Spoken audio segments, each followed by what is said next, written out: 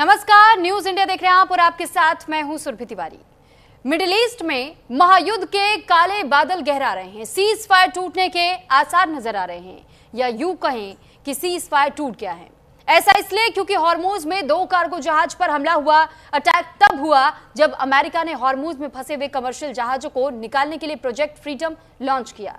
America का दावा है कि प्रोजेक्ट फ्रीडम का पहला दिन सफल रहा। अमेरिकी सेना ने 2 जहाजों को सुरक्षित निकाला।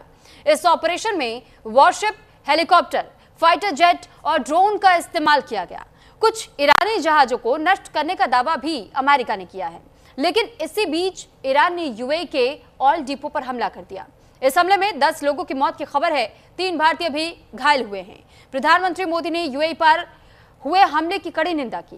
पीएम मोदी ने कहा कि आम लोगों और जरूरी इंफ्रास्ट्रक्चर को निशाना बनाना ठीक नहीं है।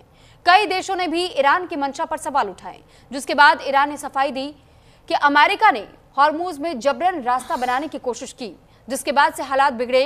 हमारी मंशा हमला करने की नहीं थी, लेकिन ईरान के इस हरकत से अमेरिका भड़क उठा। अमेरिका ने ईरान को अंजाम भुगतने की चेतावनी तक दे दी। सवाल ये, क्या जंग का दूसरा दौर शुरू होने वाला है? क्या ईरान और अमेरिका के बीच फिर युद्ध होने वाला है? क्या हॉर्मुज में महायुद्ध की लपटें सुलगने वाली हैं? तो आज इसी मुद्दे पर होगी बात, लेकिन उससे पहले आपको दिखाते एक खास रिपोर्ट।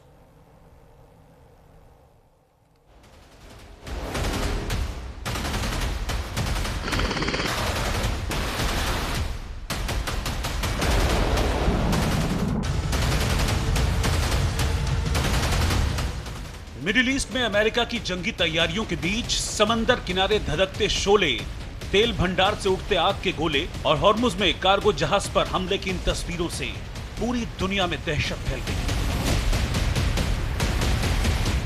सवाल खड़े होने लगे, क्या समंदर में बारूदी जंग छिड़ने वाली है? क्या चंद दिनों की शांति के बाद महायुद्ध की लपटें फिर सुलगने वाली है? क्या मिडिल ईस्ट में जंग की चिंगारी सुलग गई है? क्या अमेरिका और ईरान के बीच आर पार की जंग होने वाली है? इन सवालों के पीछे हैं 24 घंटे के भीतर मिडिल ईस्ट से आई 3 तस्वीरें, जिसने पूरी दुनिया की चिंता बढ़ा दी है। पहली तस्वीर यूएई के तेल डिपो की है, जहां ईरानी ड्रोन अटैक के बाद भीषण आग लग गई। हमला फुजेराह ऑयल इंडस्ट्री जोन में हुआ। यूएई ने दावा किया कि ईरान की ओर से 12 बैलिस्टिक मिसाइल, 3 क्रूज मिसाइल और 4 ड्रोन अटैक किए गए। ज्यादातर ड्रोन और मिसाइल को आसमान में ही रोक दिया गया, लेकिन कुछ ड्रोन ऑयल डिपो पर गिरे, जिससे आग लग गई। इस हमले में 10 लोगों की मौत हो गई, जबकि 3 भारतीय भी घायल हुए हैं। दूसरी तस्वीर स्ट्रेट ऑफ हॉर्मुज की है, जहां ईरान ने दावा किया है कि अमेरिकी सेना ने ईरान की ओर सामान ले जा रही 2 कार्गो जहाज को निशाना बनाया है। अमेरिका के इस हमले में 5 लोगों की मौत हो गई। तीसरी तस्वीर ईरान के शक्ति प्रदर्शन की है, जहां मिसाइलों की गर्जना सुनाई दी। ईरान ने अपनी मिसाइलों की शक्ति तब दिखाई जब स्ट्रेट ऑफ हॉर्मुज में अमेरिका ने प्रोडक्ट फ्रीडम का ऐलान किया है।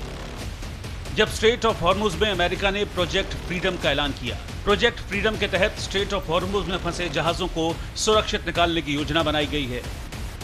ट्रंप के इस प्रोजेक्ट का मकसद स्ट्रेट ऑफ हॉर्मुज में फंसे जहाजों को सुरक्षित निकालना है।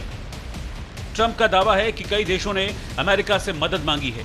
ये देश सीधे युद्ध में शामिल नहीं हैं, लेकिन उनके जहाज इस इलाके में फंस गए हैं। ट्रंप ने अपने अधिकारियों को निर्देश दिया है कि वो पूरी कोशिश करें ताकि सभी जहाज और उनके क्रू सुरक्षित बाहर निकल सकें। ट्रंप ने चेतावनी दी है कि अगर किसी ने इस ऑपरेशन में रुकावट डालने की कोशिश की तो अमेरिका कड़ी कार्रवाई करेगा। हॉर्मुज में अमेरिका का प्रोजेक्ट फ्रीडम लॉन्च हो चुका है। अमेरिकी सेना ने दावा किया है कि उसने उन ईरानी नावों को निशाना बनाया है जो व्यापारिक जहाजों के लिए खतरा बन रही थी।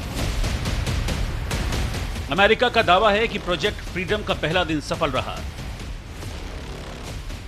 अमेरिकी सेना ने 2 व्यापारी जहाजों को सुरक्षित तरीके से इस रास्ते से गुजरवाया। इस ऑपरेशन में वॉरशिप, हेलीकॉप्टर, फाइटर जेट और ड्रोन का इस्तेमाल किया गया। ईरान की तरफ से दागी गई मिसाइलों को हवा में ही गिरा दिया गया। प्रोजेक्ट फ्रीडम के तहत कुछ ईरानी जहाजों को भी नष्ट किया गया। लेकिन हॉर्मुज में अमेरिका के इस ऑपरेशन से ईरान भड़क गया। ईरान ने अमेरिका को अंजाम भुगतने की चेतावनी दी। ईरान की संसद के स्पीकर मोहम्मद गालिबाफ ने सोशल मीडिया पर पोस्ट कर लिखा, डोनाल्ड ट्रंप का प्रोजेक्ट फ्रीडम सीज फायर का उल्लंघन है और इससे इलाके में नाकेबंदी जैसी स्थिति बन गई है। अमेरिका ने हॉर्मुज में जहाजों की आवाजाही और ऊर्जा सुरक्षा को खतरे में डाल दिया है। मौजूदा हालात ज्यादा देर तक नहीं चल सकते।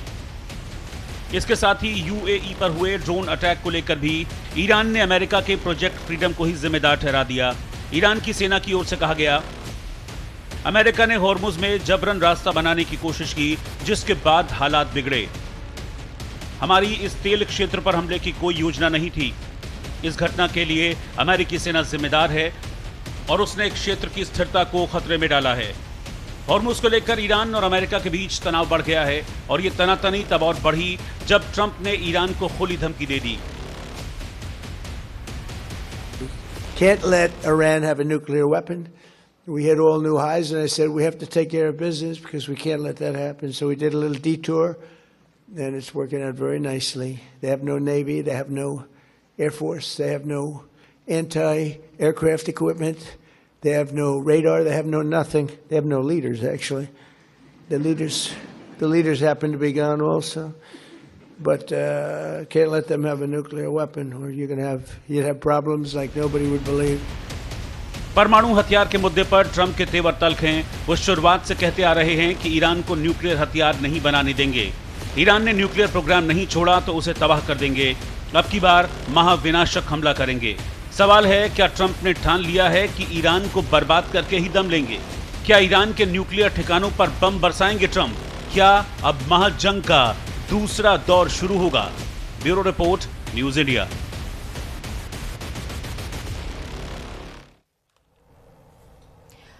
और अब चलिए एक एक करके मेहमानों का रुख हम कर लेते हैं। सबसे पहले मेहमानों का परिचय आप लोगों से करवा दें। रिटायर्ड मेजर जनरल अनुज माथुर, डिफेंस एक्सपर्ट हमारे साथ जुड़ चुके हैं। श्रुति दास गुप्ता, विदेश मामलों की जानकार हमारे साथ जुड़ चुकी है। और घयूर मौलाई, ईरान से हमारे साथ इस वक्त जुड़ चुके हैं। और साथ ही डॉक्टर धीरज कौल, जियोपॉलिटिकल एक्सपर्ट हमारे साथ जुड़ चुके हैं। सबसे पहले अनुज माथुर सर, मैं आपका रुख करना चाहूंगी। सर, डिफेंस एक्सपर्ट होने के लिहाज से डिफेंस से ये समझना भी बहुत जरूरी है, क्योंकि अभी हम देख रहे हैं कि फ्रीडम प्रोजेक्ट के तहत में यूएस नेवी की ओर से 7 छोटे बोट्स को डिस्ट्रॉय किया गया जो ईरान की शिप्स थी। और इस बीच में हमने ये भी देखा कि किस तरीके से यूएस की जो लगातार उन मिसाइलों का इस्तेमाल किया जा रहा है यूएस की ओर से, जो कि गाइडेड मिसाइल्स है, उन डिस्ट्रॉयर्स का इस्तेमाल किया जा रहा है, जो कि अब तक 100+ एयरक्राफ्ट्स का भी इस्तेमाल यूएस कर रहा है। सर, ऐसी स्थिति में इसके बावजूद भी सर, स्ट्रेट ऑफ हॉर्मुज में ईरानियन स्पीड बोट्स टैक्टिक्स को पूरी तरीके से न्यूट्रलाइज करना क्या संभव दिखाई देता है?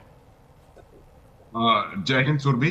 देखिए, एक मिलिट्री पर्सपेक्टिव से मैं आपको बताने की कोशिश करूंगा कि जो सैन्य जो डिफरेंस है ईरानियन नेवी में और यूएस नेवी में, वो जमीन आसमान का अंतर है। इसमें कोई किसी को संदेह नहीं होना चाहिए।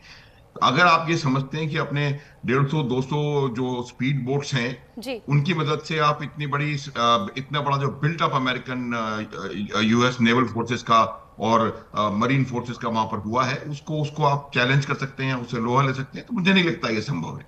देखिए, क्या होता है कि जब भी कुछ ऐसी ज्योग्राफी जो होती है वो आपकी मिलिट्री जो ज्यादा ताकत है उसको कॉम्पेंसेट कर सकती है। और यही वजह है कि ईरान जो है अभी तक कुछ वहां पर अपना प्रभाव बना सकने में सक्षम रहा है। हैविंग सेड दैट, अब आप देखिए, अमेरिका ने क्लेम किया कि उन्होंने 2 जहाजों को निकलवा दिया है। न केवल अमेरिका ने क्लेम किया, और डेनमार्क की जो फर्म जिसका जहाज है उन्होंने कहा है कि हमारा जहाज वहां से नेविगेट करके वहां से आ गया है। इसका अर्थ यह है कि अगर वहां पर ईरान का कंट्रोल है भी, तो कहीं ऐसे जगह हैं जहां से कि आप नेविगेट करके निकल के आ सकते हो। शायद इसी की वजह से वहां पर ये छोटा जो फायर फाइट हुआ वो हुआ। और अगर अमेरिका का क्लेम सही है और साथ उन्होंने उनकी मरीन बोट्स को डिस्ट्रॉय कर दिया है, तो मेरे को लगता है ये एक बहुत बड़ा मुझे ईरान की फोर्सेस में होता हुआ नजर आ रहा है। अब जहां तक सवाल ईरान के हमले का है, देखिए, 2 बातें बिल्कुल साफ हैं। ये हमला निश्चित रूप से ईरान की तरफ से हुआ है। कई बातें कही जा रही है कि ये फॉल्स फ्लैग है, दिस वन दैट वन। दूसरा, फुजैरा जो है वो अमेरिका का कोई बेस वहां पर नहीं है। तो ये भी आप नहीं कह सकते कि हमने एक अमेरिकी बेस पर हमला किया क्योंकि अमेरिका यहां से इसको तोड़ के जाने की कोशिश कर रहा था, जो कि उनके हिसाब से सीज फायर का उल्लंघन है। ये बात तो जहां तक सवाल इस चीज का है, एक चीज जो मुझे इसमें कहीं ना पूरे गेम में साफ नजर आ रही है, वो ये है कि ईरान की जो लीडरशिप है वो चाहती है कि बातचीत की नेगोशिएशन दोबारा शुरू हो। लेकिन आईआरजीसी का जो कंट्रोल आज मैं ईरान पर देख रहा हूं, आईआरजीसी में और ईरान की जो पॉलिटिकल लीडरशिप है उसमें मुझे गैप बढ़ता हुआ नजर आ रहा है। ये मेरा आकलन है, लोग से अग्री करें ना करें तो वो उनकी। तो जहां तक ये हो रहा है उसकी वजह से आप देखिए वहां पर टेंशन्स जो है वो बढ़ रहे हैं। आपको मैं बता सकता हूं वहां पर बहुत ज्यादा फोर्सेस कॉन्सेंट्रेटेड हैं और आपको एक योजनाबद्ध युद्ध शुरू करने की आवश्यकता नहीं है। कोई एक्सीडेंट, कोई दुर्घटना एक उस युद्ध को इनिशिएट कर सकती है। और ये मेरा मानना है कि इस प्रकार के हमले दो एक और हुए या इस प्रकार का कोई हुए तो ये चीज इस चीज को बहुत एस्केलेट कर सकती है।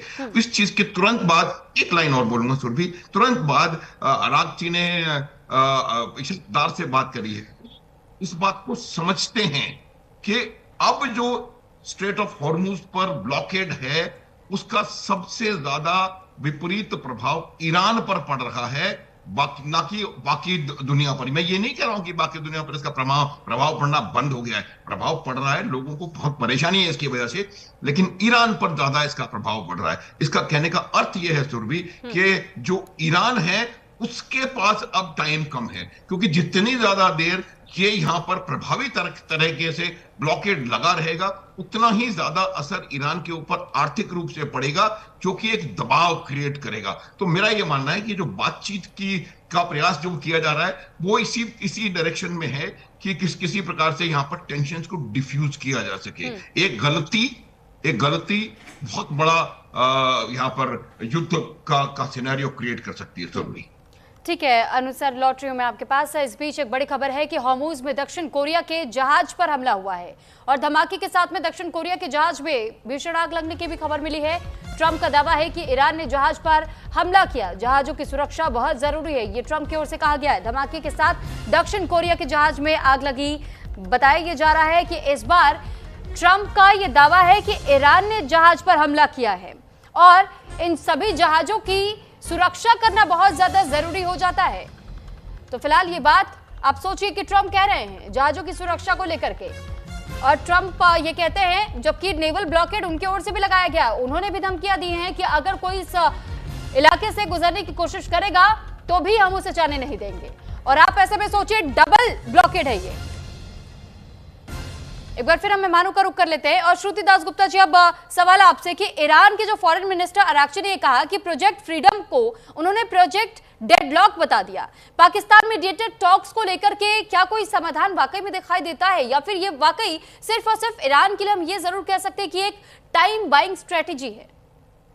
जी आपने बिल्कुल सही कहा सुरभि जी, ये बिल्कुल टाइम बाइंग स्ट्रैटेजी वाला ही एक एंगल है, क्योंकि जो उन्होंने 14 पॉइंट पाकिस्तान द्वारा डिलीवर किए हैं यूएसए को, उनमें से एक भी पॉइंट मुझे नहीं लगता है कि यूएसए मान सकता है, क्योंकि उनको मानना, एक भी पॉइंट को मानना अपनी डिफीट एक्सेप्ट कर लेना, अपनी हार को मंजूरी दे देना और पब्लिकली डिक्लेयर कर देने के बराबर हो जाएगा। और वो ऐसा डोनाल्ड ट्रंप और उनकी रजीम जो है वो अफोर्ड नहीं कर सकते, क्योंकि उन्होंने इस पर्टिकुलर वॉर को अपने डोमेस्टिक पॉलिटिकल एंगल से भी बहुत इन्फ्लेट करके रखा हुआ है कि हम ये कर रहे हैं, हम वो कर रहे हैं। हम आपने अभी एक बाइट भी रन किया था अपनी रिपोर्ट के अंदर जहां वो कहते हैं कि उनकी नेवी नहीं, एयरफोर्स नहीं, कुछ भी नहीं है, फिर भी उनको ईरान के ब्लॉकेड के बाद अपना ब्लॉकेड लगाना पड़ रहा है, क्योंकि वो दुनिया को स्ट्रेंथ दिखाना चाह रहे हैं। उनके ब्लॉकेड से क्या फर्क पड़ता है जब वो एक तरफ बोल रहे हैं कि इन जहाजों को सुरक्षा चाहिए और दूसरी तरफ उन्हीं जहाजों को जो किसी तरह से, चाहे वो टॉल देकर, चाहे वो अग्रीमेंट्स कर कर, उनकी गवर्नमेंट किसी तरह से ईरान से बात करके अगर उनको उस स्ट्रेट से निकलवा भी देती है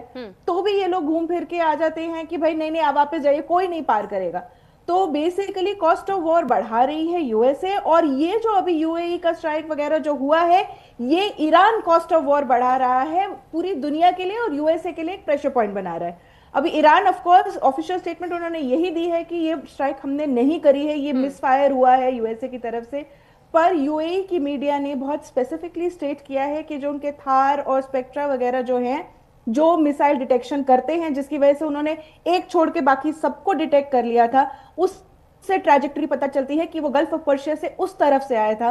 तो इसका बड़ा क्लियर इंडिकेशन है कि ये ईरान की आईआरजीसी की तरफ से आया है, जो मैं जनरल माथुर सर की बात से एकदम मानते हुए आगे बढ़ रही हूँ कि इसका मतलब ये है कि जहां ये 14 पीस पॉइंट डिप्लोमेटिकली वो भेज रहे हैं, डिप्लोमेटिक डिनायबिलिटी भी वो रख रहे हैं कि जब आईआरजीसी फायर कर रही है तो बोल रहे हैं हमने नहीं किया है, और वो यूएसए कर रहा होगा या कोई और कर रहा होगा, जबकि इसके जियोपॉलिटिकल ट्रैकर्स जितने भी हैं, जियो मार्कर्स जितने हैं, वो ये दिखा रहा है कि ईरान भी प्रेशर बना रहा है, क्योंकि वो फ्यूल लाइंस को जब ऐसी तरह से टारगेट करता है तब वो एनर्जी क्राइसिस को एग्जैबरेट करता है, मतलब बढ़ा देता है, और इसके चलते यूएसए के ऊपर ग्लोबल प्रेशर बढ़ जाएगा। ब्लॉकेड के बाद ब्लॉकेड लगाने से किसी का भी कोई भी सोल्यूशन नहीं निकल सकता।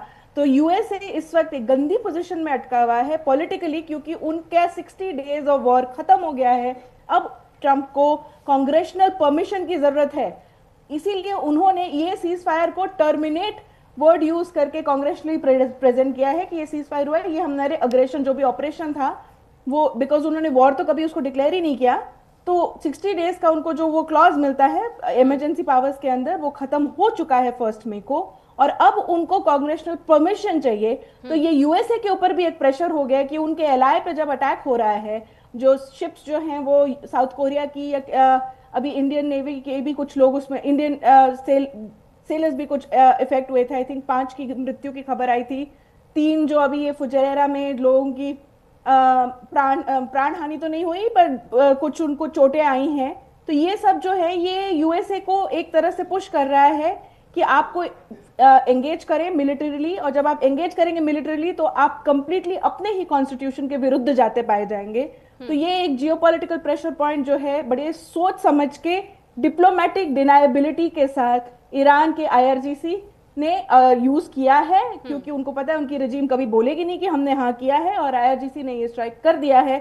और चाहे इसके बदले में कोई भी शिप अटैक में आती है, ट्रंप कुछ भी बोले, वो भी इक्वली जिम्मेदार हैं इस फिलहाल के होते हुए बढ़ते हुए वॉर को लेकर। ठीक है, लॉटरी में आपके पास। और इस बीच एक और बड़ी खबर है कि अमेरिका के प्रोजेक्ट फ्रीडम पर ईरान का बयान सामने आया। हॉर्मुज में यूएस ने जो रास्ता बनाया वो सुरक्षित नहीं है। अमेरिका का बनाया रास्ता पत्थरों से भरा हुआ है, ये ईरान की ओर से कहा गया। अमेरिका के प्रोजेक्ट फ्रीडम पर ईरान ने बयान दिया है, और हॉर्मुज में यूएस ने जो रास्ता बनाया है वो सुरक्षित नहीं है। जहाज आगे नहीं बढ़ पा रहे, वापस लौट रहे हैं। अमेरिका का बनाया गया रास्ता पत्थरों से भरा हुआ है। तो फिलहाल देखिए, ईरान की ओर से ये बयान दिया गया है।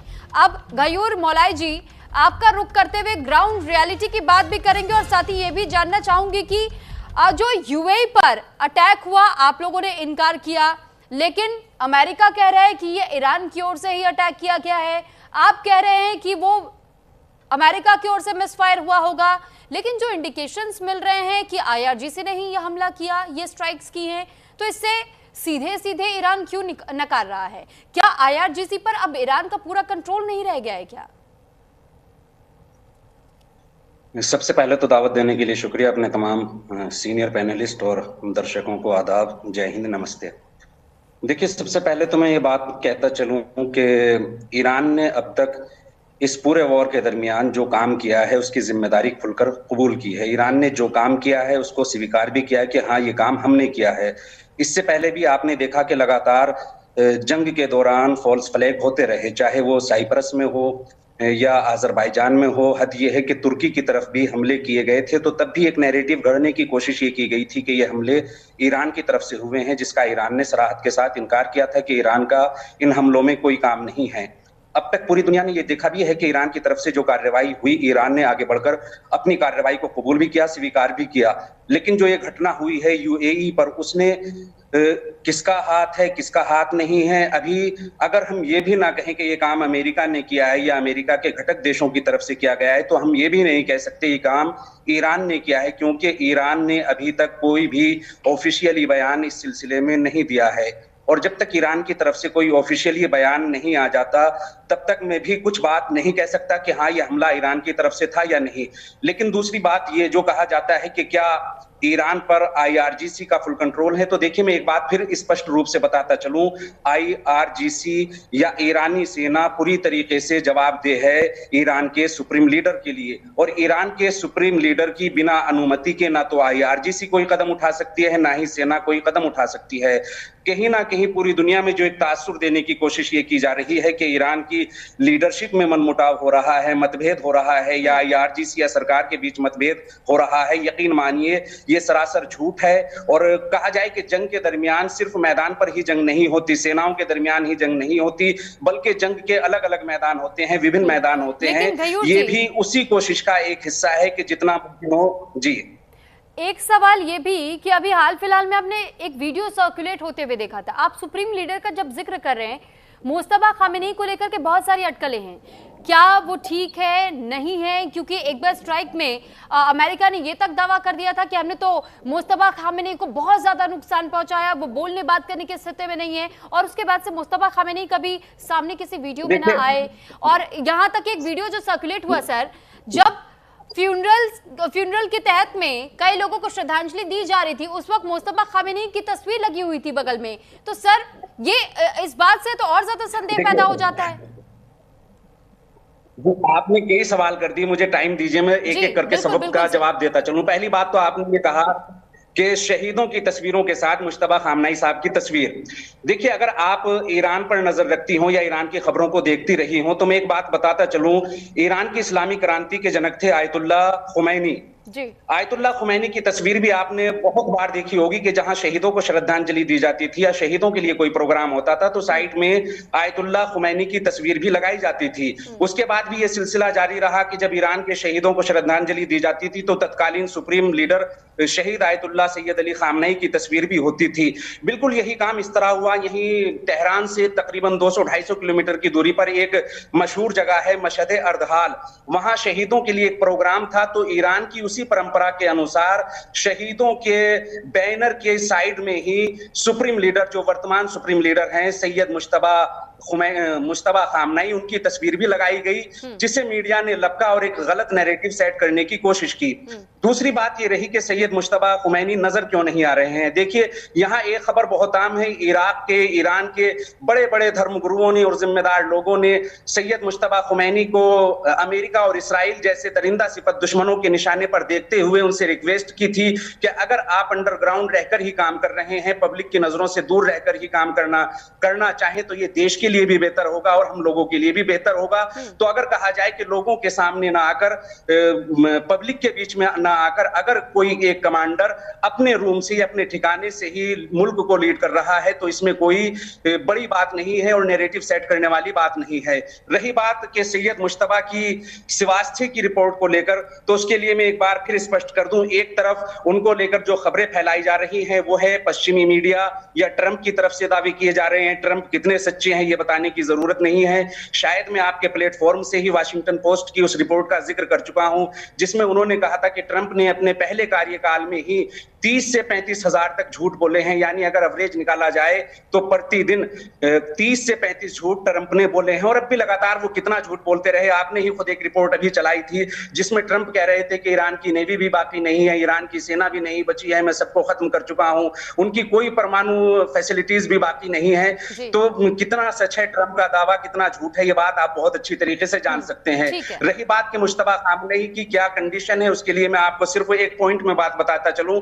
यहाँ के एक बहुत ही मशहूर पर्सनालिटी है मीसम मुतीई, उसे आप सर्च कीजिए, देखिए, जो तेहरान में अब भी रातों को लाखों लोग सड़कों पर निकलते हैं, उनके दरमियान में वो आते हैं, स्टेज संभालते हैं, स्पीच भी देते हैं। मुश्तबा खुमैनी के स्वास्थ्य को लेकर जब उनसे पूछा गया, मीसम मुतीई से लाखों लोगों की एक आवाज उभरी कि हमें सुप्रीम लीडर के बारे में बताइए, तो मीसम मुतीई ने कहा था कि मैं अपने जानकार और विश्वसनीय सूत्रों के हवाले से आपको ये खबर दे रहा हूं कि सुप्रीम लीडर पूरी तरीके से स्वस्थ हैं और देश को वही लीड कर रहे हैं। जंग के पूरे हालात पर उनकी नजर है और उन्हीं की मर्जी से और उन्हीं की अनुमति से ईरानी गवर्नमेंट और ईरानी सरकार और ईरानी फौजें एक एक कदम उठा रही हैं। ठीक है, अब तो मैं समझता हूं कि हमें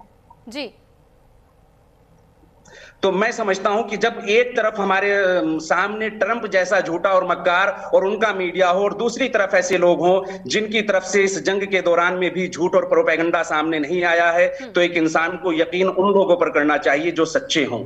ठीक है, तो आपने जो मैसेज दिया है, हम उम्मीद करते हैं कि आपका ये मैसेज आगे भी कन्वे जरूर हो और बाकी लोगों को भी इस बात की सच्चाई का पता चले कि जो वीडियो सर्कुलेट हुआ था वो किस नैरेटिव के तहत में हुआ था। बहरहाल आगे बढ़ते हुए इस बीच बड़ी खबर बता दें, उसके बाद में धीरज जी आपके पास लौटूंगी। ईरान के मुख्य न्यायाधीश ने अमेरिका को एक धमकी दे दी है, हॉर्मुज में बाधा बने तो अंजाम भुगतना होगा। और ये गुलाम हुसैन की ओर से कहा गया अमेरिका को हमारी सेना का सामना करना होगा। तो देखिए ईरान ये पहले भी कह चुका है कि आप हमें मत छेड़िए, हम आपको कोई नुकसान नहीं होने देंगे, लेकिन अगर आप छेड़ेंगे, आप जानबूझकर हम पर हमला करेंगे तो हम अपने बचाव में कोई कदम तो उठाएंगे। और एक बार फिर से ये धमकी अमेरिका की ओर से इसी बात को लेकर के दी गई है और ये कहा गया है ईरान की ओर से कि अगर किसी भी तरीके का अटैक हम पर दोबारा से होता है, ईरान के मुख्य न्यायाधीश है उनकी ओर से कहा गया कि अमेरिका को ये धमकी देते हुए कि किसी भी नुकसान का खामियाजा खुद भुगतेगा अमेरिका अगर वो हम पर अटैक करता है। तो फिलहाल धीरज जी मैं आपका रुख कर रही हूं और सर ये जानना जरूरी है कि जब हम ये स्थिति देखते हैं कि अग्रेसिव स्टेटमेंट्स बार बार ट्रंप की ओर से दिए जा रहे हैं, वाइप ऑफ करने की बात की जा रही है मैप से ईरान को, और इसी सिचुएशन में अरागची का जो डिप्लोमेटिक स्टेटमेंट आता है सामने, वो ये कहते हैं कि नो वॉर सॉल्यूशन। तो सर ऐसे में एस्केलेशन के लैडर पर हम किस स्टेप पर दिखाई देते हैं, और साथ ही नो डी एस्केलेशन को लेकर के अगर हम बात करें तो डी एस्केलेशन के रियलिस्टिक ऑप्शंस आपको क्या कुछ दिखाई देते हैं, ये भी हमें जरूर बताइएगा। नमस्कार, thank you for having me on the show और सैल्यूट टू जनरल साहब and all your esteem panelist. देखिए पहले तो प्रोजेक्ट फ्रीडम अगर आप समझें जी, तो मैं कई टीवी चैनल्स पे काफी टाइम से बोल रहा हूँ because I am connected to the financial world as well कि पूरे वर्ल्ड के पास तकरीबन एक आप समझ लिए क्वार्टर्स, मैक्सिमम 2 क्वार्टर, उससे ज्यादा हम इस वॉर को नहीं सफर कर सकते। करेंटली क्रूड ऑयल तकरीबन 115 से 120 डॉलर प्रति बैरल पहुंच चुका है, पहले 60 डॉलर का था, तो डबल हो चुका है। जब भी क्रूड 10 डॉलर प्रति बैरल से ऊपर जाता है, ग्लोबल जीडीपी 0.2 to 0.4 सफर होती है, ग्रोथ इकोनॉमीज तकरीबन 0.5 to 1%, जैसे कि भारत। तो बहुत देशों को इससे नुकसान हो रहा है, बहुत ज्यादा हो रहा है। और साउथ ईस्ट एशिया में कई कंट्रीज जो कि हरमुज से 80% एनर्जी पर डिपेंडेंट है, उनके बेकसूर लोग जिसका दूर दूर तक वॉर से लेना देना नहीं है, वो सफर हो रहे हैं। कई सरकारें उनको प्रोटेक्ट कर रही हैं अपने नागरिकों को, जैसे भारत बहुत एक्सीलेंटली कर रहा है। लेकिन समझना जरूरी रियलिटी है कि ऑयल डिपेंडेंसी बहुत सीरियस इशू है। और ऑयल का मतलब सिर्फ ऑयल नहीं होता, ऑयल का मतलब ऑयल और नेचुरल गैस का मतलब पेट्रोलियम, फर्टिलाइजर्स, आप समझ लीजिए फार्मास्यूटिकल, ट्रांसपोर्टेशन कॉस्ट, लॉजिस्टिक्स, मतलब हर चीज को टच करता है। तो दुनिया में तकरीबन हर जगह सफरिंग बढ़ती जा रही है, इससे ये पॉइंट 1 आपको समझना पड़ेगा। सेकंड चीज आप समझिए फाइनेंशियली कि जब भी इस टाइप के शॉक्स आते हैं जो कि एनर्जी शॉक्स हैं, one of the advance stage of suffering जिसे हम स्टैगफ्लेशन बोलते हैं, जो कि फाइनेंशियल वर्ल्ड में लो ग्रोथ विद हाई इन्फ्लेशन, वो वर्ल्ड में ऑलरेडी पहुंच चुका है। मैं तकरीबन वॉर शुरू होने से 6 हफ्ते पहले से इस बात में बात कर रहा हूं कि उसके बहुत सीरियस इंडिकेशंस हैं और आएगा, और इस टाइम हम उसे रिपोर्ट करना शुरू कर रहे हैं। नेक्स्ट स्टेज होगा हमारा रिसेशन, जो कि बहुत ही खतरनाक चीज होगी। लेकिन जो सवाल आपने पहले कईयों से पूछा, ऑपरेशन प्रोजेक्ट फ्रीडम हो क्या रहा है, देखिए हरमुज एक तरीके की आर्टरी है साउथ ईस्ट एशियन कंट्रीज के लिए और बहुत सारे और देशों के लिए, जापान के लिए, साउथ कोरिया के लिए, उसको चोक किया, और चाइना के लिए। ये मत भूलिए ये एक तरीके के कोल्ड वॉर यूएस चाइना भी चल रहा है साथ साथ में, तो उसको चोक किया जा रहा है। और इस वजह से एनर्जी प्राइसेस बढ़ रही हैं, कंट्रीज को प्रेशर, एक तरीके से वॉर का एरिया एक्सपैंड करने के लिए इसे किया जा रहा है। लेकिन एक बात समझना जरूरी है कि यूएस इस टाइम क्या कर रहा है। यूएस ने पहले, हमने उनके आर्मी, उनकी नेवी, उनके एयरफोर्स, डिफेंस सिस्टम को बहुत टारगेट किया। उसके बाद ये वॉर ब्राइडन हुई और गल्फ कंट्रीज पे अटैक शुरू हो गए, बहुत बेगुनाह लोग मारे गए। इसके बाद यूएस ने उनकी फाइनेंशियल आर्टरी, जो कि अगेन हरमुज है, उसे चोक करने के लिए ब्लॉकेड किया। उसके बाद भी बात नहीं बनी, तो फाइनली एक तरीके की आप समझिए ग्लोबल ऑयल और एनर्जी टेररिज्म जो ईरान की तरफ से आ रहा है, और साथ में उन्होंने एक तरीके से किडनैपिंग कर रखी है, वो पास ही नहीं होने दे रहे। तो अब अमेरिका ने जो प्रोजेक्ट फ्रीडम किया है वो एक ट्रायल है इन शिप्स को पास करवाने का, और जैसे ही आप उस शिप्स को पास कराएंगे, ईरान के पास जो हरमुज की लेवरेज है उसके हाथ से निकलेगी और वो फ्रस्ट्रेशन में ये अटैक्स करेगा। और ये जो अभी अटैक हुए हैं इसमें 12 ballistic missile, 3 cruise missile, 4 drone निकल के आए हैं, जिसमें से एक ही ड्रोन हिट कर पाया फरूजा ऑयल इंडस्ट्री के अंदर, जहां पे पेट्रोलियम स्टोरेज एक बहुत बड़ा उसका हब है। और देखिए ये हरमुज के बाहर सबसे बड़ा ऑयल पेट्रोलियम हब है। इसी वजह से आप देख रहे हैं तकरीबन $5 विद इन 24 आवर्स बढ़ गया है। इसमें 3 आदमी घायल हुए हैं भारतीय मूल के। लेकिन जो attack हुआ है, धीरज ये जानना जी जरूरी। क्योंकि जियो पॉलिटिकल एक्सपर्ट है तो ये थोड़ा सा मैं समझना चाहूंगी कि जो नेवल ब्लॉकेड इस वक्त अमेरिका की ओर से वहां किया गया है, ईरान का तो पहले से है, वो तो चाहता है कि मुझे कंट्रोल मिल जाए, लेकिन एक फर्क जो हमें दिखाई देगा, ये ग्लोबल इकोनॉमी पर इंपैक्ट होता हुआ तो दिखाई देता है। अब यहाँ जब इसी ब्लॉकेज की बात हो रही है तो सर इस ब्लॉकेज के खुलने के कोई आसार अब तक भी दिखाई दे रहे हैं या पूरी तरीके से जियोपॉलिटिकल शिफ्ट होता हुआ दिखाई देता है स्ट्रेट ऑफ हॉर्मुज की लड़ाई को लेकर? हाँ देखिए, मुझे 2 मिनट दीजिए, मैंने सबको पेशेंटली सुना, लेकिन जो आप सवाल पूछ रही हैं वो बहुत इंपॉर्टेंट है। आप सॉल्यूशन पूछ रही हैं जी। अभी तक सॉल्यूशन के खिलाफ 3 चीजें हैं जो इसे ब्लॉक कर रही हैं। एक है ग्लोबल लीडरशिप, जिसको दुनिया भर के लीडर्स ट्रस्ट कर सके। अनफॉर्चुनेटली इस टाइम कोई बड़े चेहरे निकल के दिखाई नहीं दे रहे।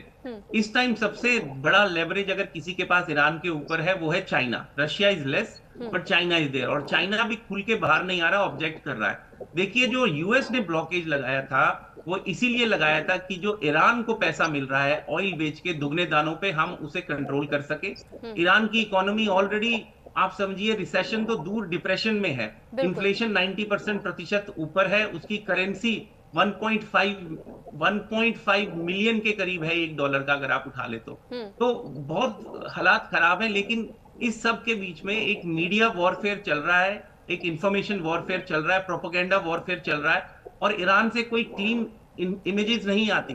वो जिसका नाम ले रहे थे वो चीयर लीडर हैं, ईरान की गवर्नमेंट को सपोर्ट करते हैं, तो उनकी बात आप you have to take it with a pinch of salt.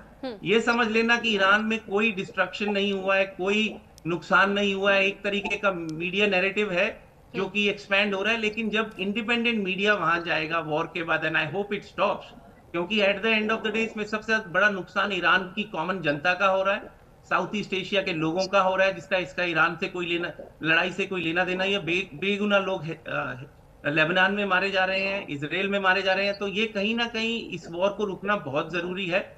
लेकिन at the end of the day IRGC मुझे लगता है ट्रस्ट वर्दी ऑर्गेनाइजेशन नहीं है। ईरान का फुल कंट्रोल आयतुल्ला के हाथ में नहीं है, इस बारे में सब लोग जानते हैं, और IRGC ही लेवर पुल कर रहा है। और IRGC के हाथ में 1000 पाउंड ऑफ एनरिच्ड 60% यूरेनियम, मुझे नहीं लगता लॉन्ग टर्म में कोई भी देश ट्रस्ट कर पाएगा, और हरमुज को भी IRGC के हाथ में नहीं छोड़ सकेंगे। आई थिंक इसका रेजोल्यूशन लॉन्ग टर्म मुझे इमीडिएटली दिखता कहीं नजर नहीं आ रहा, जो कि बहुत चिंता का विषय है। और उनकी जो लोकल आवाम है उसको भी सप्रेस करके रखा जा रहा है। ये जो आप प्रोपेगेंडा देख रहे हैं या प्रोटेस्ट वगैरह, this can be already manufactured as well. लेकिन at the end of the day मुझे जो दिखाई दे रहा है इमीडिएटली, ये वॉर को एस्केलेशन दिखाई दे रहा है, because Iran is not banking down. और अब UAE भी मुझे लगता है इस वॉर के अंदर डायरेक्टली इन्वॉल्व होने के उनके इंडिकेशंस दिख रहे हैं। उन्होंने क्लियरली बोला है ये अटैक ईरान से आया, हमारे पास पूरे प्रूफ्स हैं, उनका इस लड़ाई से कोई लेना देना नहीं है। बार बार गल्फ नेशंस को अटैक किया जा रहा है। और उधर से सऊदी, आप तो जानते ही हैं कि सऊदी ने ऑलरेडी अपना चार्टर भी इन्वोक किया है एज ऑफ यस्टरडे। तो it's a very sad situation. जो चीजें जिस दिशा में जा रही हैं, कोई इमीडिएट रेजोल्यूशन दिखाई नहीं दे रहा है। और खुमैनी जी की हेल्थ को लेके रियल कंसर्न है, ये जोक नहीं है, दिस इज रियल कंसर्न। इसके ऊपर रशियन मीडिया भी रिपोर्ट कर रहा है। उनके हेल्थ के एग्जैक्ट क्या कंसर्न्स हैं ये पब्लिक में इस टाइम इन्फॉर्म नहीं है, लेकिन बहुत ही स्ट्रॉन्ग आयरन कर्टन है ईरान में इंफॉर्मेशन को बाहर निकालने के लिए। अगर आपको वो देखना है, आप उनके ईरानियन ओरिजिन के लोग जो गल्फ में बैठे हैं, यूके में बैठे हैं, साउथ अफ्रीका में हैं, आपके न्यूजीलैंड में हैं, उनके ट्विटर ट्रोल्स देखिए। गुप्त तरीके से कुछ इंफॉर्मेशन आती है, लेकिन वो भी बहुत फिल्टर्ड है। चलिए ठीक है, मैं आप लोगों के पास लौट रही हूँ, लेकिन इस बीच एक और बड़ी खबर है और उसके बाद मैं अपने अगले मेहमान का रुख करूंगी। स्ट्रेट ऑफ हॉर्मुज पर ईरानी सेना का बड़ा बयान, हॉर्मुज पार करने के लिए हमारी अनुमति जरूरी है। तो फिलहाल ये ईरानी सेना की ओर से कहा गया है कि अगर आप स्ट्रेट ऑफ हॉर्मुज पार करना चाहते हैं तो हमारी अनुमति आपको लेनी पड़ेगी, हमारी इजाजत के बिना हॉर्मुज पार नहीं कर सकते हैं। एक बार फिर अब रिटायर्ड मेजर जनरल अनुज माथुर जी हमारे साथ जुड़े हुए हैं। माथुर सर, जब इस तरीके के स्टेटमेंट्स हम ईरान की ओर से देखते हैं और उसके बाद फिर पीस टॉक की भी बात सामने आती है, तो सर वाकई क्या कोई ऑप्शन और दिखाई देता है कि वाकई ये युद्ध कहीं जाकर के थमेगा, या जो नेवल ब्लॉकेड अमेरिका की ओर से लगाया गया वो जानबूझ करके इस ऑप्शन को लेकर के आए कि ईरान को हम एक बार थोड़ी सी और हम पिंच कर दें और उसके बाद से उनकी ओर से अगर कोई किसी प्रकार का अटैक किया जाता है तो फिर जो उन्होंने स्टेटमेंट दिया कि हम वर्ल्ड मैप से सफाया कर देंगे, उस पर काम करें?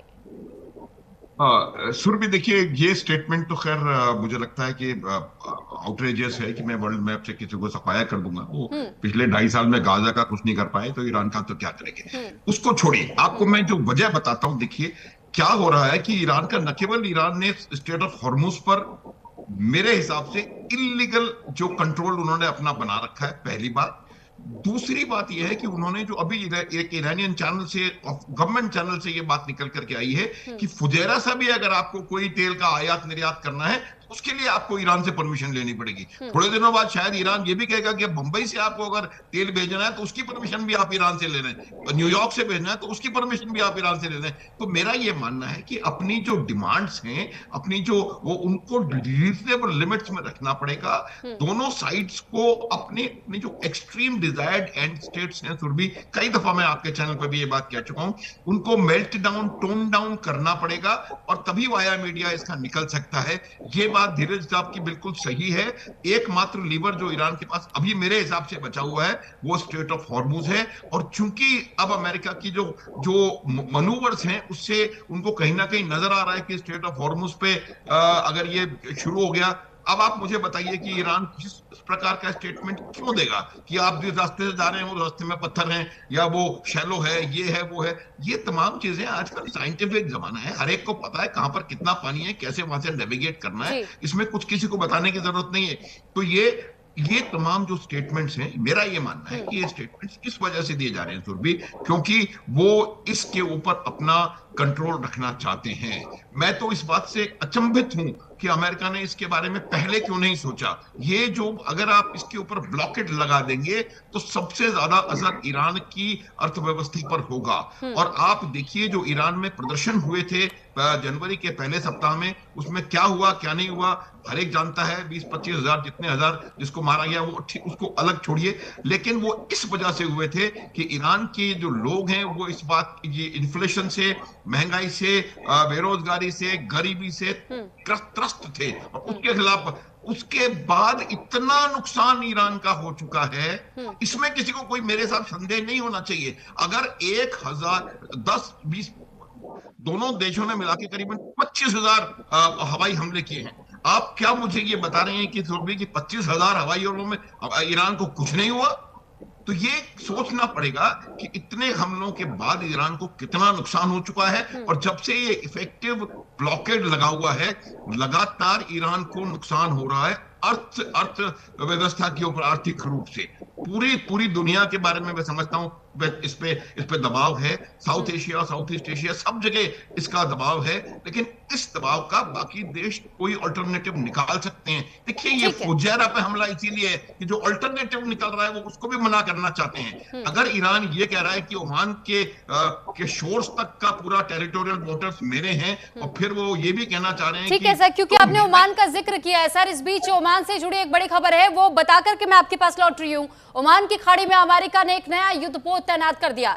युद्धपोत USS जॉर्ज H.W. बुश को तैनात किया गया है और प्रोजेक्ट फ्रीडम के तहत में अमेरिका ने यह कदम उठाया है। तो ये बड़ा कदम अमेरिका की ओर से उठाया गया है और साथ ही एक युद्धपोत को तैनात करने का काम अमेरिका की ओर से कर दिया गया है। ओमान की खाड़ी में युद्धपोत USS जॉर्ज H.W. बुश को तैनात करने का काम इस बीच किया गया है।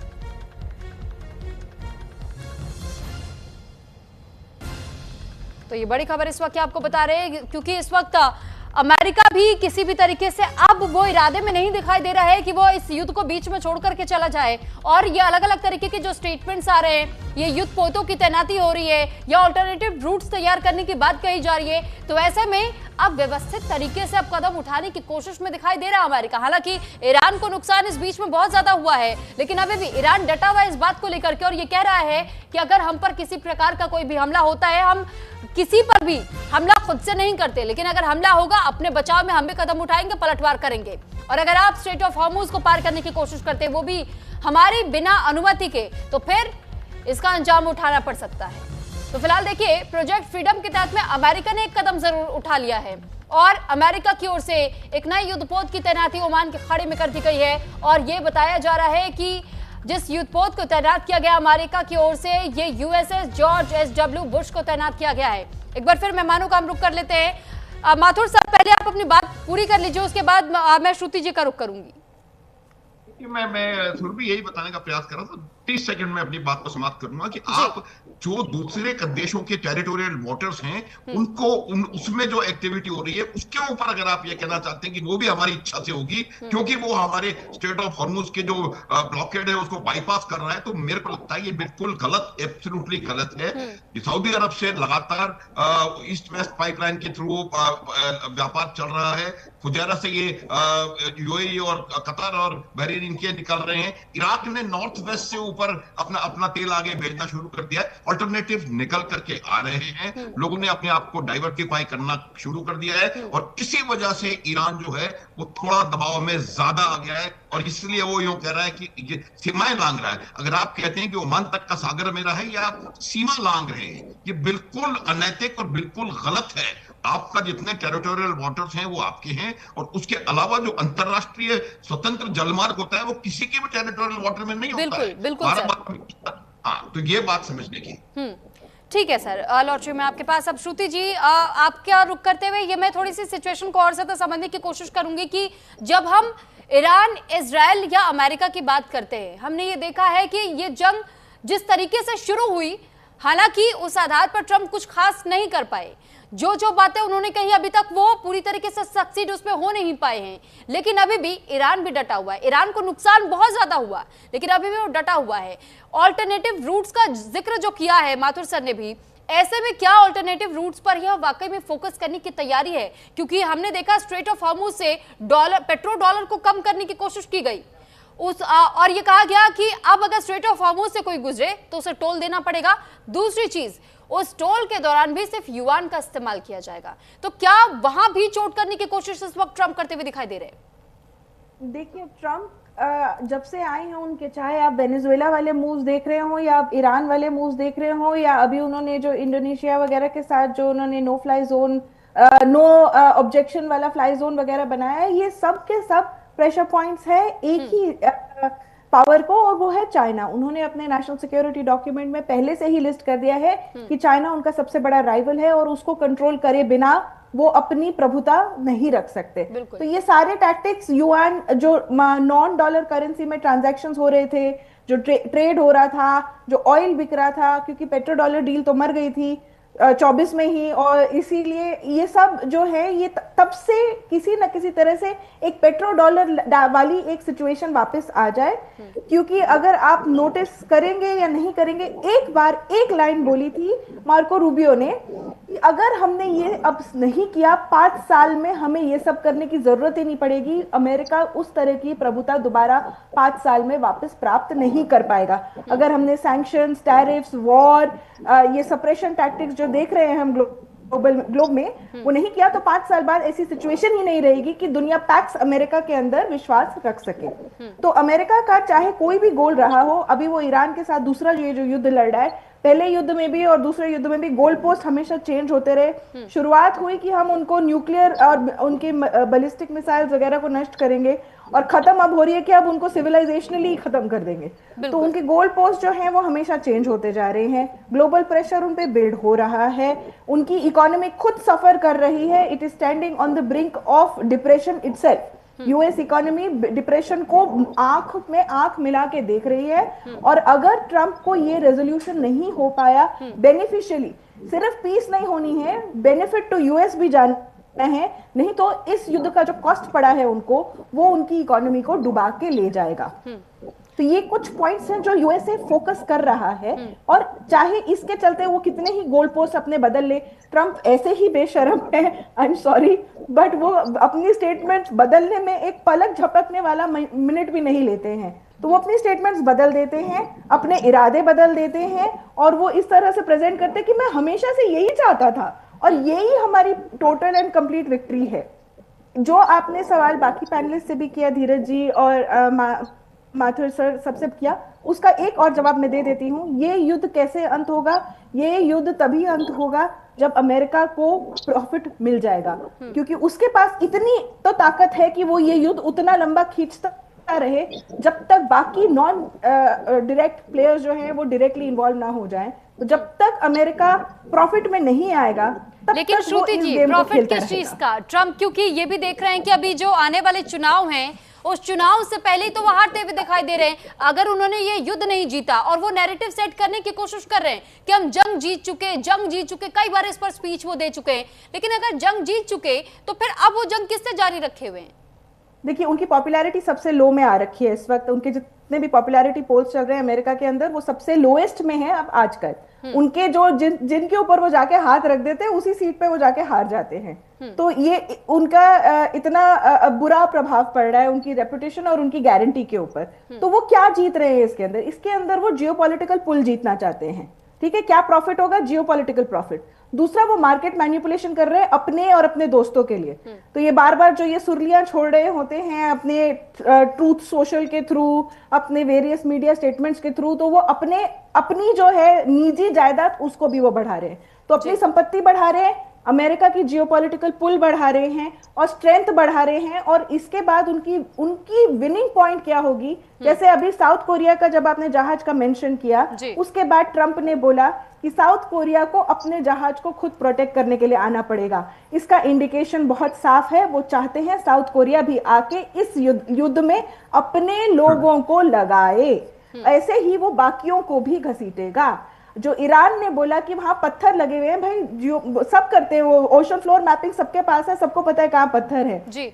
ईरान ने जो किया है वो जो इंटरनेशनल वाटरवे है उसको माइन किया है, और जो उनके पास लद्दाख आइलैंड वगैरह, केशम लद्दाख वाले आइलैंड वाला जो वो पार्ट है उसको अनमाइंड छोड़ा है, जिससे वो वहां से पास करवा सके शिप्स को सेफली।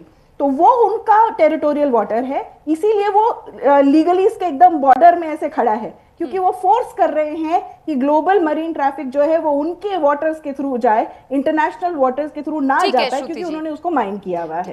माथुर सर, जल्दी से अपनी बात पूरी कर लीजिएगा क्योंकि फिर घयूर जी का रुख।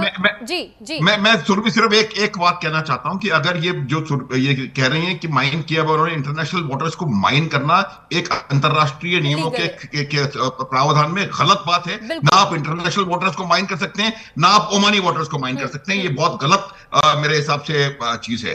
हाँ प्लीज। जी बिल्कुल सही माथुर सर। और जो उन्होंने युद्ध नया वाला जो वो खड़ा किया है वॉरशिप वहां पे, वो ओमान की प्रोटेक्शन के लिए नहीं, वो ऑयल सप्लाई की प्रोटेक्शन के लिए वहां खड़ा किया है, क्योंकि ट्रंप अफोर्ड नहीं कर सकते कि ग्लोबल प्रेशर इतना बढ़ जाए कि उनको घुटने टेकने पड़े। ठीक है श्रुति जी। अब घयूर जी, जल्दी से छोटा सा रिएक्शन मैं आपसे भी चाहूंगी क्योंकि अब हमारे पास समय लिमिटेड बचा हुआ है। जिस तरीके से ईरान अभी भी अड़ा हुआ है अपनी मांगों को लेकर, 14 पॉइंट्स आप लोगों ने प्रेजेंट किए, लेकिन उन 14 पॉइंट्स पर तो पहले भी कुछ ऐसे पॉइंट्स रहे हैं जो कि बहुत कॉमन है। आप लोग शुरू से उस बात को कह रहे हैं, पर बार बार ट्रंप इस बात से इनकार करे, तो पीस टॉक तो किसी भी तरीके से आगे नहीं बढ़ सकती है। फिर वो 14 पॉइंट्स के अलावा किसी और तरीके से क्यों नहीं आप लोग रास्ता निकालने की कोशिश कर रहे हैं? देखिए, सबसे पहली बात तो यह है कि ईरान अपनी मांगों पर अड़ा हुआ नहीं, ईरान अपने अधिकारों के लिए अड़ा हुआ है। ईरान ने इस वॉर को शुरू नहीं किया है, ईरान ने संकट को जन्म नहीं दिया है, ईरान ने किसी पर जाकर हमला नहीं किया है। सवाल होना चाहिए हमलावर से, सवाल होना चाहिए उन आतंकियों से जिन्होंने एक देश पर हमला किया और बार बार हमला किया। अभी हमारे सीनियर साथी कौल साहब बहुत अच्छी बात कह रहे थे, मैं रिस्पेक्ट करता हूं इनकी। इन्होंने कहा कि दुनिया संकट में है। एक सवाल यह भी होना चाहिए कि ये संकट पैदा किसने किया। इन्होंने कहा कि बहुत से बेगुनाह लोग मारे गए। ठीक है, जंग हो रही है, बेगुनाह लोग मारे गए, लेकिन इन बेगुनाह लोगों को मारा किसने? हमले कौन कर रहा है? अमेरिका हमला कर रहा है, ईरान पर इसराइल हमला कर रहा है। और अगर बेगुनाह लोगों की इतनी ही वाकई होना चाहिए, इंसान को चिंता होनी चाहिए, तो कभी क्यों आकर अमेरिका की निंदा नहीं होती, जो कहीं ना कहीं 1971 से लेकर अब तक 3 करोड़ 80 लोगों की मौत का सीधा जिम्मेदार है। सर, ट्रंप के स्टेप्स और उनके स्टेटमेंट्स के लिए तो निंदा हो ही रही है। मुझे 1 मिनट दीजिए, मैं अपनी बात कंप्लीट करता चलूं। अभी भी सुधीर कौल जी ने अपने देश की बात रखते हुए एक शिक्षाविद को, एक शिक्षक को कहा चीयर लीडर। मैंने मीसम मुती का हवाला दिया था बात करते करते। मैं आपत्ति जताते हुए सर से कहूं कि अगर आपकी नजर में एक शिक्षाविद और एक शिक्षक चीयर लीडर है, तो 3-3 बरस की बच्चियों का रेपिस्ट ट्रंप, एपिस्टीन गैंग का मुखिया यौनाचारी ट्रंप क्या है, उसके बारे में भी कभी कोई कमेंट करेंगे आप? एक 3 बरस की बच्ची का रेपिस्ट मैं समझता हूं फिर इंसान भी कहलाने लायक नहीं है। अगर आपको कोई आपत्ति भी थी, अगर किसी की कोई बात आपको स्वीकार्य भी नहीं है, तो आप आकर उसे चेयर लीडर्स नहीं कह सकते इस तरीके से। सवाल किया जाएगा। देखिए मैडम, पूरी दुनिया को इस वक्त संकट में डालने वाला है अमेरिका। ईरान का अपना इलाका है, ईरान को यहीं रहना है, चाहे जंग हो, जंग के बाद हो, जंग में तबाह हो जाए, जंग में उसी तरह मर्दों की तरह खड़ा रहे। ईरान को यहीं रहना है। पर सर, इंटरनेशनल कानून का उल्लंघन भी तो कर रहे हैं आप लोग, स्ट्रेट ऑफ हॉर्मुज को ब्लॉकेट करके, और वहां पर आप टोल वसूलने की बात कर रहे हैं, तो ये तो बाकी स्टेट्स वाले भी फिर मांग करेंगे। मैं आपका जवाब दूं, ईरान ने हुर्मुज को कभी ब्लॉक नहीं किया। ईरान ने कहा हम कंट्रोल करेंगे, और जंग के हालत में ईरान को कंट्रोल करने का अधिकार इसलिए भी है, लॉजिकली इसीलिए भी है, वो ईरान जिस पर उसके पड़ोसी देशों से हमले हो रहे हैं, क्या गारंटी है कि स्ट्रेट ऑफ हुर्मुज से गुजरने वाले दूसरे जहाजों से उसके खिलाफ शरारत ना हो? क्या गारंटी है कि अमेरिका किसी देश के दूसरे देश का झंडा लगाकर स्ट्रेट ऑफ हुर्मुज से गुजरते हुए कोई शरारत नहीं करेगा?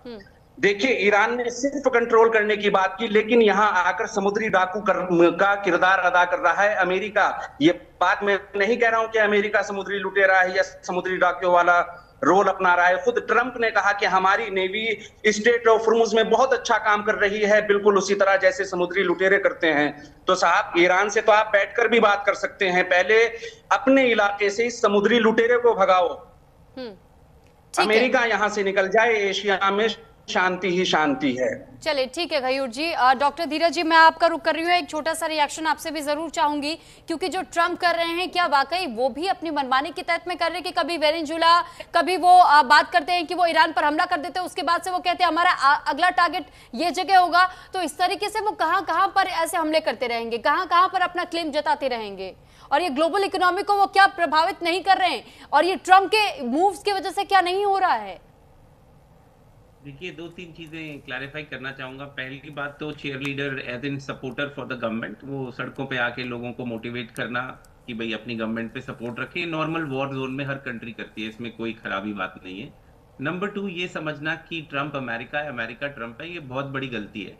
अमेरिका के अंदर डेमोक्रेसी, डेमोक्रेटिक वैल्यूज बहुत ज्यादा स्ट्रॉन्ग है, फ्रीडम ऑफ प्रेस है, फ्रीडम ऑफ स्पीच है, इसको आप ईरान के साथ बिल्कुल कंपेयर नहीं कर सकते। I think you will be blind if you start comparing it. Number 3, 10 lakh लोग सड़कों पे निकल के ओपनली बात किया, प्रोटेस्ट किया, तो आपको क्या लगता है वो प्रोटेस्ट नहीं है? ईरान में कब हुआ था IRGC के खिलाफ? 40,000 लोग मार दिए, हमने कितने मारे? एक भी नहीं। कंपेयर मत करिए इन चीजों को, ये फैक्ट है।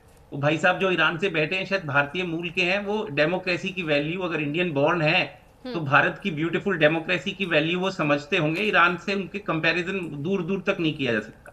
नंबर 3, समुद्री डाकू, मैं हिंदी समझता हूं, समुद्री डाकू आज की दुनिया में कौन है सबसे बड़ा, ये दुनिया देख रही है। ईरान से बड़ा कोई समुद्री डाकू है ही नहीं, और ऐसी ऐसी चीजों को वो इफेक्ट कर रहा है जो कि जिस देश में वो सामान जाना, इंक्लूडिंग इंडिया। इंडिया के इस टाइम जो महंगाई बढ़ रही है, पेट्रोल डीजल की जो लंबी लाइंस लगी हुई हैं, वो उसका सबसे बड़ा जड़ कौन है? ईरान। ओमान की जो ऑयल, को पता है, जो हमारी नेचुरल गैस ओमान से आती है, भारत के अंदर जो आती थी बहुत बड़ी मात्रा में, उसके डिपोज को डिस्ट्रॉय करना, उसके इंफ्रास्ट्रक्चर को डिस्ट्रॉय करना, इसमें 3 से 5 साल लगेंगे रीबिल्डिंग में, वो ईरान का काम है। इसको ओपनली क्रिटिसाइज करना बहुत जरूरी है, ईरान को ग्लैमराइज करना।